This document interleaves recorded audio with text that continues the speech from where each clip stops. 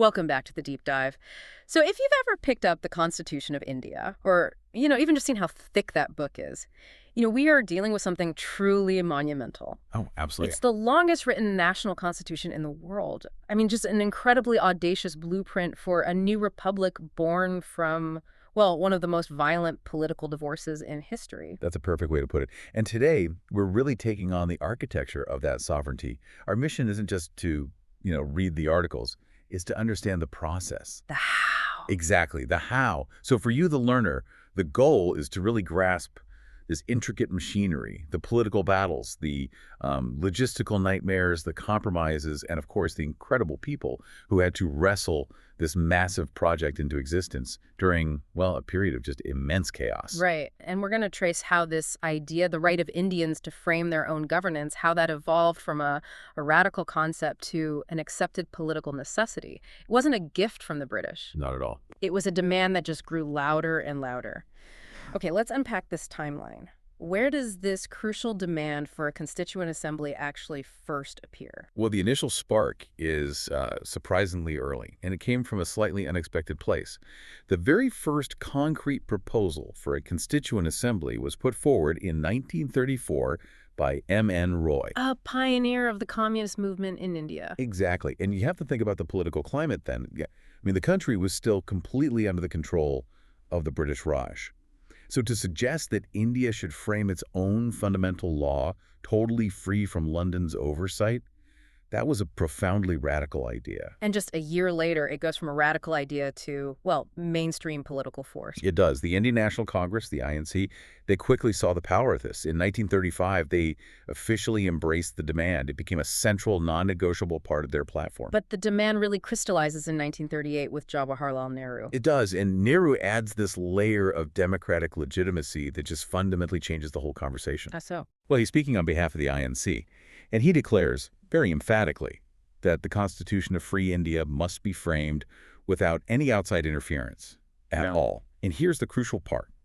By a Constituent Assembly elected on the basis of adult franchise. Adult franchise. Every single adult citizen, regardless of status, wealth, education, they would all participate in choosing the framers. And that emphasis on adult franchise was so key because it positioned the demand as not just about political independence, but about, profound democratic legitimacy. Precisely. It was a total rejection of the limited electoral systems the British had already put in place, which restricted voting rights to a tiny, wealthy, educated elite.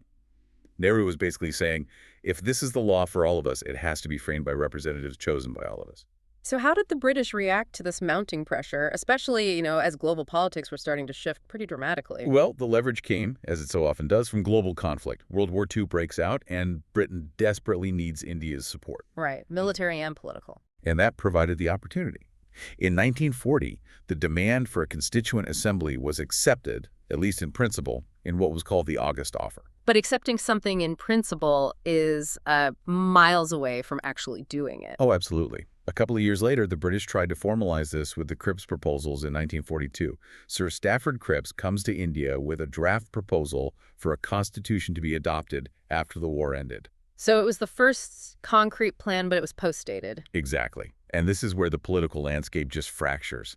The Cripps proposals did not fly with the Muslim League. They were rejected almost immediately. Instantly. The League had firmly shifted its focus to the demand for Pakistan.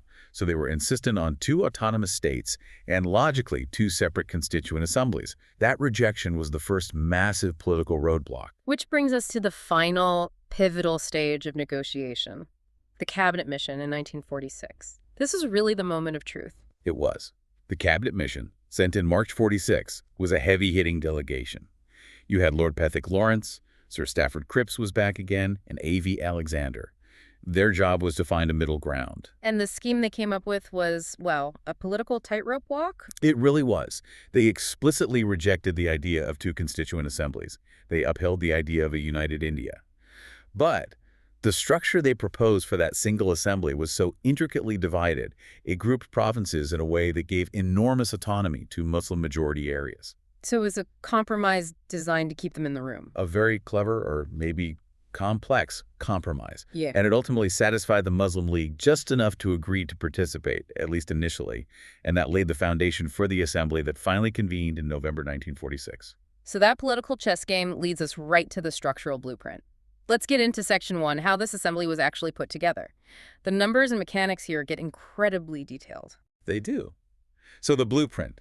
The Constituent Assembly, as it was set up in November 46 under that cabinet mission plan, was meticulously structured to represent pre-partition India. Let's get the big number first. What was the total strength? The total strength was fixed at 389 members. Wow, that's a huge body. An enormous body of lawmakers. Yeah. And these seats were split into two main categories. 296 seats were for British India, the provinces directly under British rule, and the other 93 were reserved for the princely states. Those hundreds of kingdoms and territories. That's right. And even within that British India number, the 296 seats, there was another division. 292 members came from the 11 big governors' provinces, like Bombay or Bengal, and 4 seats came from the 4 chief commissioners' provinces. The smaller administrative areas. Yes, so you had 1 seat each from Delhi, Ajmer, Merwara, Coorg, and British Baluchistan. Okay, now let's focus on this proportionality rule. It sounds democratic, but it had a lot of historical baggage in India. It was vital for legitimacy, but yeah, it was complicated. Seats were allotted based on population. Roughly 1 seat per 1 million people. This was to prevent any single smaller region from just dominating the process. But it was also a move away from the old system. A very deliberate move away from the separate electorate systems the British had used before, which had basically enshrined communal division into the political system. This was population-based, aiming for something more unitary. Okay, so let's talk about the selection method.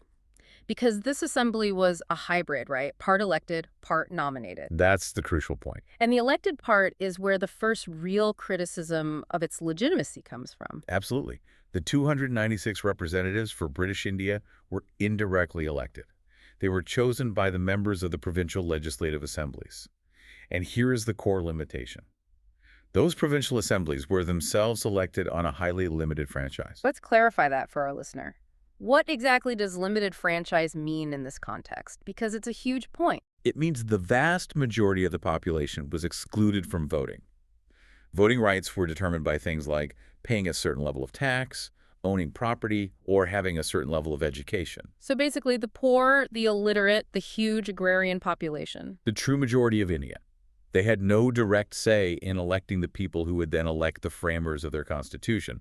We're talking maybe 10 to 15% of the adult population was eligible to vote. So Nehru's original demand for adult franchise, it was never met in this initial formation. No. It creates this fascinating political dynamic. You have people elected by a restricted pool, drafting a constitution for a universal democracy. So how did they manage communal concerns within that pool? Well, the seats within the British provinces were divided among the 3 main communities, Muslims, Sikhs, and general, which just meant everyone else.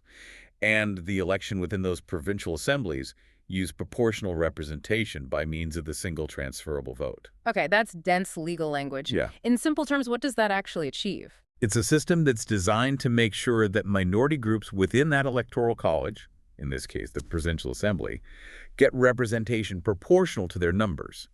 So it made it harder for the dominant party, the Congress, to just sweep every single seat. And the other 93 seats, the ones for the princely states? Those were strictly nominated. The representatives were chosen by the heads of the states, the Maharajas and the Nawabs. So it was a very complex blend of indirect election and direct nomination. And the elections for those British Indian seats, in July, August 1946, they painted a very clear political picture. Oh, they certainly did. They showed the overwhelming, frankly, dominating strength of the Indian National Congress. Out of the 296 elected seats, Congress won a commanding 208. And the Muslim League? They secured 73 seats. The remaining 15 seats went to various small groups and independents. With Congress holding over 2/3 of the seats, they really had the power to just dictate the whole document. They did. They had the numbers to impose their will. But, their political objective was to create a document that was universally acceptable, one that would last. They knew legitimacy came from consensus, not just from raw votes. Now, you mentioned the assembly started its work with a big hole in its membership. Yes, initially those 93 seats for the princely states were not filled. The states were. Well, they were wary of joining an assembly that might strip them of their power, so they decided to stay away for a while. So, despite that limited franchise, if we step back and look at the diversity of the assembly, was it actually a cross-section of Indian society? Remarkably so. Despite the electoral limits, the Congress leadership really made sure the assembly was broadly representative. It included members from pretty much every section: Hindus, Muslims, Sikhs, Parsis, Anglo-Indians, Indian Christians, scheduled castes, scheduled tribes. Women were represented across these groups as well. But there was one towering figure who was conspicuously absent. Yeah, that's the historical footnote that always stands out. Mahatma Gandhi, the driving force of the whole movement, was not a member of the Constituent Assembly. He deliberately stood aside. Okay, let's move into section 2. The working and philosophy of the assembly.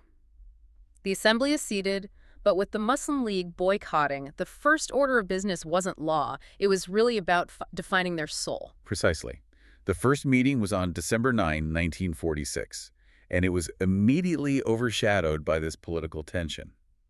The Muslim League, still insisting on a separate state, boycotted the entire session. So only 211 members showed up. Right, and this was a huge symbolic hurdle. I mean, how can you frame a constitution for all of India if the second largest political group refuses to even be in the room? So they had to establish leadership right away. And they adopted a French practice for choosing a temporary leader. Why? That's a great question.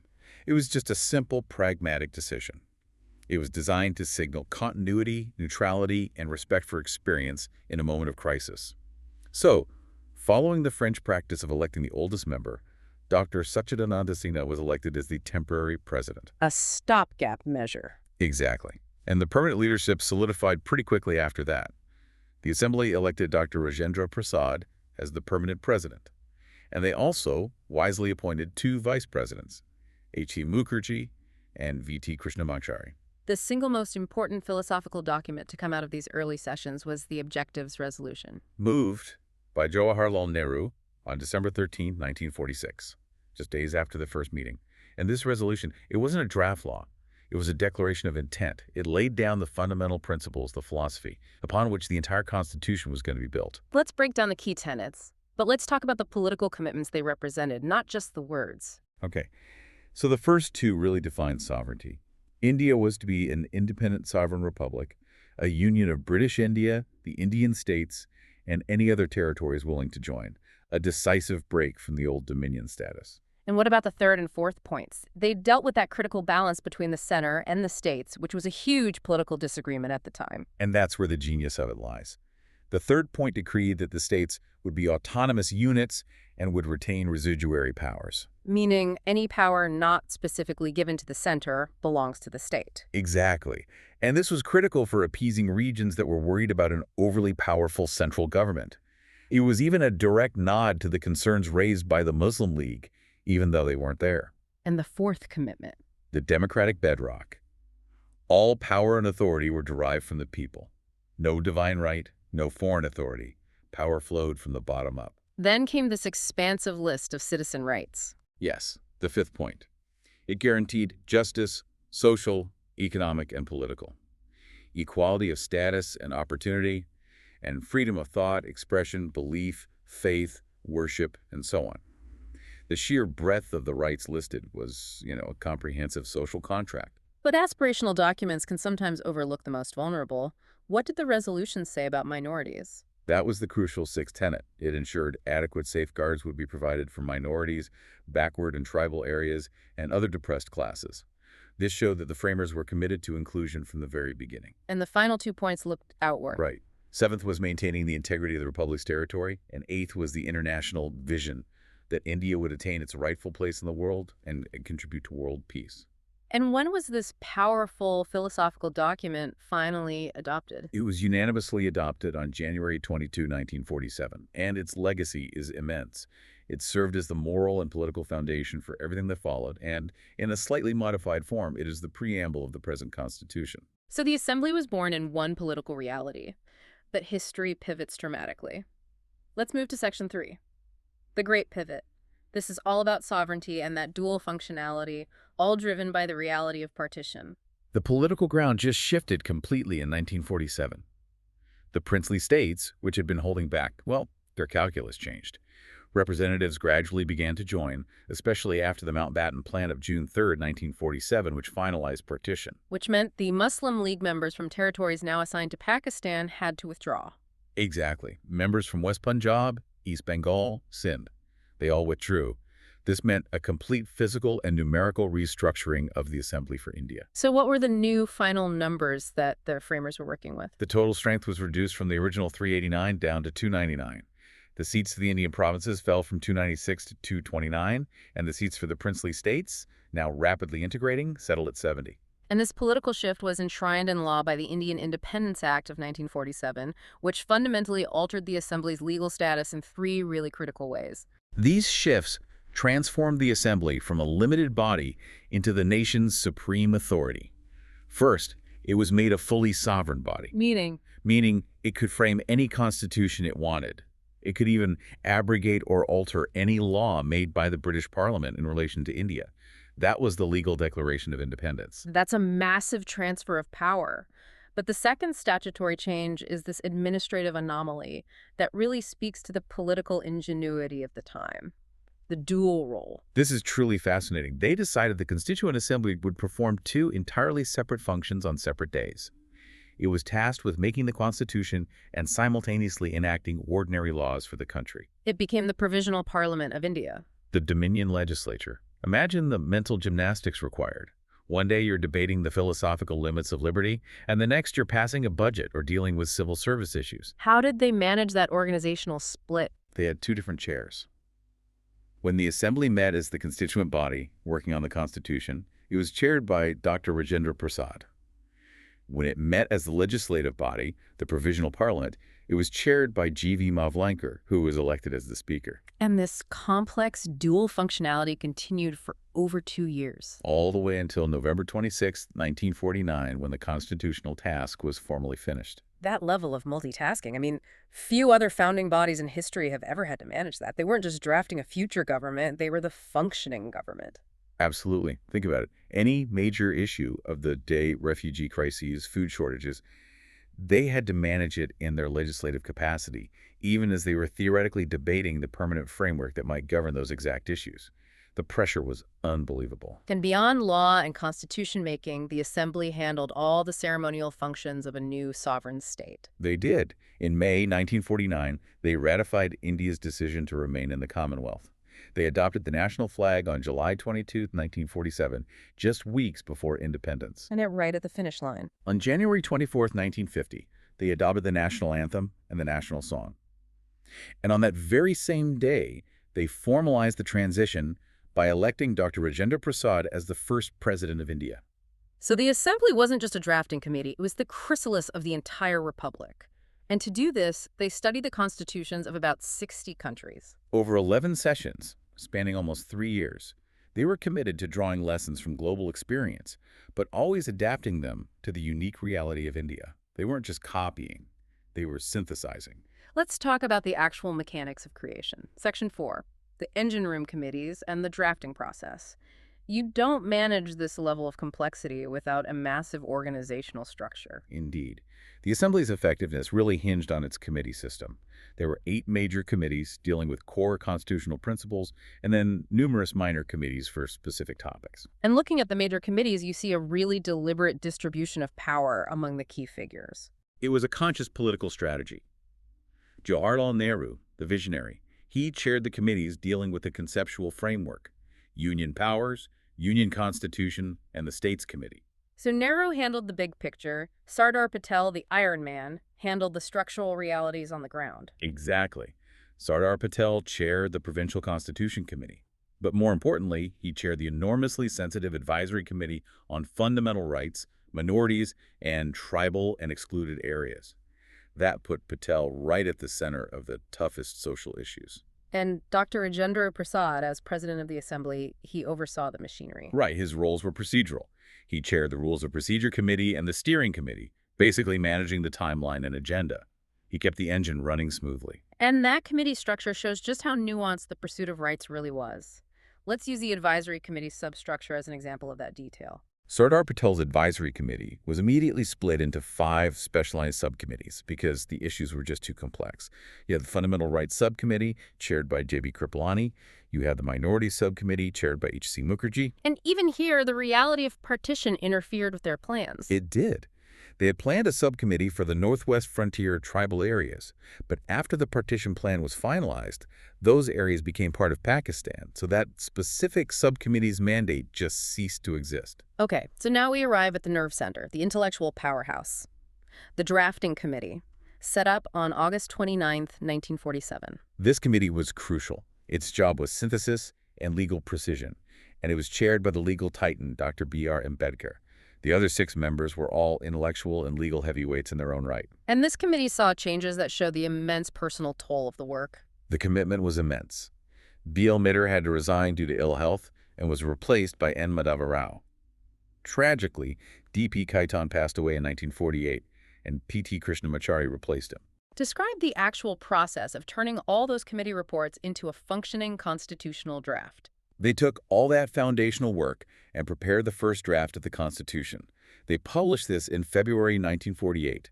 And here's where the legitimacy piece comes back in. The public consultation. Yes. The public of India was given a full 8 months to discuss the first draft, analyze it, and propose amendments. This public scrutiny was non-negotiable for them. After reviewing all the comments, the drafting committee prepared a second, refined draft, which they published in October 1948. And the time spent by the drafting committee itself is just astounding given what they produced. It truly is.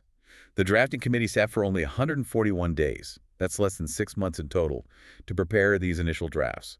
It just speaks volumes about the expertise and efficiency of the members, particularly Dr. Ambedkar. That sets us up for the final stages. We're now in Section 5, the final steps enactment and commencement. This required the 3 readings process. The final, exhaustive legal hurdle. Dr. Ambedkar introduced the final draft on November 4, 1948, starting the first reading. This was for general discussion, lasted 5 days, just about gauging the overall sentiment. The second reading is where the real legislative grit comes in, clause by agonizing clause. The second reading began on November 15, 1948, and it dragged on for almost a full year, finally ending on October 17, 1949. And this is where you see the political stamina required. The numbers are just mind-boggling. 7,653 amendments were formally proposed. Wait, over 7,000 amendments? Imagine being the clerk who had to organize that stack of paper. How many of those were actually debated? Out of those 7,653 proposed changes, 2,473 amendments were actually discussed, debated, and considered in minute detail on the floor of the Assembly. This wasn't rubber stamping. This was exhaustive scrutiny. Which really debunks the idea that this was drafted in a hurry. It absolutely does. They endured nearly a year of this granular technical debate. Finally, the third reading began on November 14, 1949. This is just about the formal passage. Ambedkar moved the motion. The Constitution, as settled by the Assembly, be passed. And that motion was formally passed on the historic date of enactment. The motion was passed on November 26, 1949. On that day, the Constitution was adopted and enacted.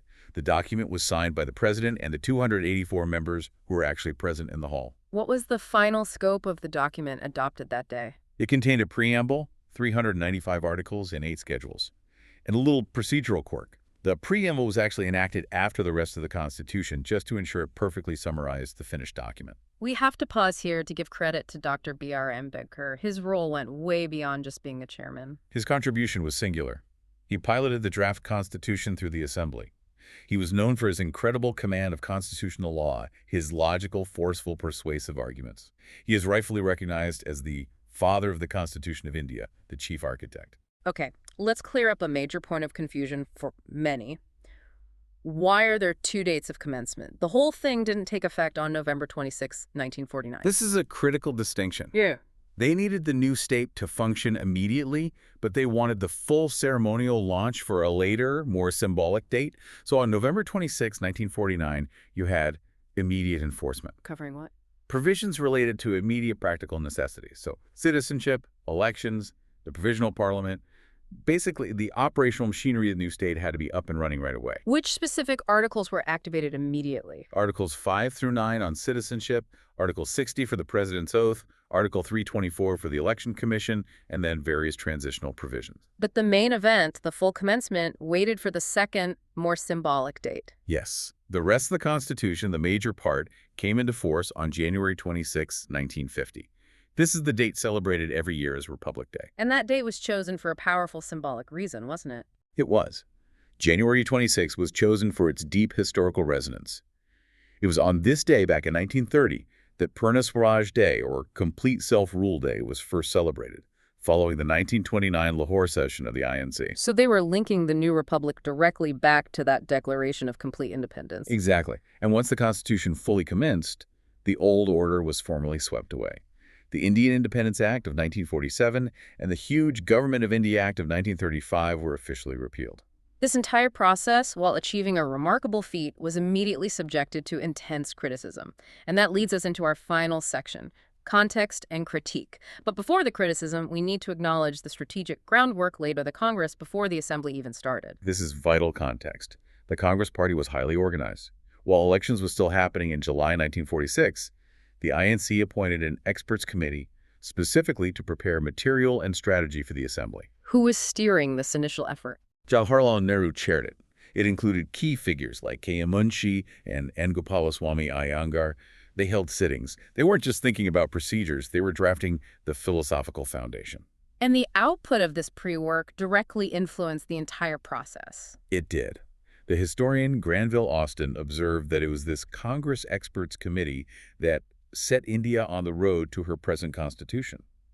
They drafted a resolution that looked remarkably similar to the final objectives resolution. So despite this preparation, the first criticism was aimed squarely at the time it took, the time factor. Yes, critics charged that taking 2 years, 11 months, and 18 days was just too long. They pointed to the U.S. Constitution, which took less than 4 months. South Africa took about a year. And this criticism even led to some internal friction. Absolutely. One of its most famous critics was Naziruddin Ahmed, a member of the Assembly himself, who was so annoyed by the perceived delay that he sarcastically coined the term drifting committee for the drafting committee. We'll come back to whether that was fair. Let's look at the 5 major structural criticisms. What was the first and most fundamental one about its democratic credentials? The first, which we've touched on, was that it was not a representative body. The argument was that since its members were indirectly elected based on that limited franchise, it didn't truly represent the mass of the Indian people. The second challenged its very authority, its sovereignty relative to the British. The charge of not a sovereign body. Critics argued it was just a creation of the British, born from the cabinet mission proposals. They pointed out that it held its first sessions with British permission. Of course, that criticism largely evaporated after the Indian Independence Act of 1947. The third charge targeted the political landscape of the Assembly itself. That it was dominated by Congress. Granville Austin's famous summary is that the Constituent Assembly was a one-party body in an essentially one-party country. Given that Congress had 208 of the 296 seats, that's a hard point to argue with. The fourth criticism is about the professional backgrounds of the members, the lawyer-politician domination charge. Right. Critics claim the Assembly was just full of lawyers and professional politicians, and that other crucial parts of society, farmers, scientists, industrialists, were underrepresented. They blamed this for the Constitution's bulkiness and complicated legal language. But wait a minute, wasn't a domination of legal experts necessary? I mean, if you're building the world's longest, most complex written constitution, you kind of need lawyers, right? That's the critical counterpoint. Given the need to integrate hundreds of laws and legally define complex concepts like federalism and fundamental rights, the precision of people like Ambedkar, Iyer, and Munshi was absolutely non-negotiable. And finally, the fifth criticism targeted the communal balance. The critique that the Assembly was dominated by Hindus. This was often voiced by external figures like Lord Viscount Simon, who called it a body of Hindus. Winston Churchill was also dismissive. But these statements largely ignored the fact that the Assembly was actually highly diverse, with prominent Anglo-Indians, Christians, Sikhs, and others playing crucial roles. This whole deep dive has been about the political and legal architecture, but it's important to remember that the Constitution is a physical artifact. So we're moving now to our final section, the art and administration of the document. This reveals some fascinating human details. For example, the Constituent Assembly adopted the elephant as its official seal, a symbol of strength, wisdom, and continuity. And what about the crucial non-member personnel, the administrative backbone that made it all function? The administrative team was indispensable.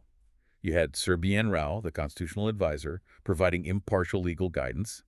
H.V.R. Iyengar was the secretary, managing the massive administrative task. And S.N. Mukherjee was the chief draftsman, the person who actually translated the complex decisions into precise legal articles. Let's discuss the physical beauty of the original document. It's treated like a national relic today for a reason. It's a stunning artifact. The original Constitution wasn't printed. It was entirely handwritten in a beautiful, flowing, italic style by one man, Pram Bahari Narain Raizada. And it wasn't just plain text. Not at all. The original version was beautified and decorated by artists from Shantiniketan, including the famed Nandlal Bose and his student, Beohar Ramanohar Singha. They illuminated the preamble and other pages. They treated it like a sacred text. They did, and the Hindi version was given the same artistic respect. The calligraphy was done by Vasant Krishan Vaidya, and it was also decorated by Nandlal Bose. One final important legal detail. The authoritative Hindi text we use today wasn't part of the original package in 1950. That's a key administrative point. The original Constitution didn't have a provision for an authoritative text in Hindi. This was fixed decades later by the 58th Constitutional Amendment Act of 1987. What did that amendment do specifically? It inserted a new article, 394A, authorizing the president to publish an authoritative translation of the Constitution in Hindi. And once published, that version would be deemed the official authoritative text in Hindi for all legal purposes. We started this deep dive with that charge, that the Assembly was a drifting committee, that the process was too long. But looking back at everything they did, the political complexity debating 2,473 amendments, the constant threat of collapse, it paints a very different picture. It does. The architecture of Indian sovereignty is a testament not just to legal genius, but to political endurance and a relentless commitment to consensus. When you consider the framers had to contend with partition, integrate over 500 princely states, and simultaneously act as the provisional parliament, well, the nearly 3-year time frame ceases to sound like a delay. So here's the final provocative thought for you to carry forward. Can you name any other constitutional framers in history who had to manage a full-scale religious partition, establish a functioning legislative body, integrate dozens of autonomous territories, and debate over 2,000 amendments, all while holding the highest intellectual standard? Perhaps the delay wasn't a delay at all. Perhaps it was the price of true thoroughness, resilience, and an enduring consensus. The time taken to build the foundation often determines the strength of the structure. Thank you for joining us for this deep dive into the making of the Indian Constitution. We hope you feel thoroughly informed about the monumental process that shaped modern India.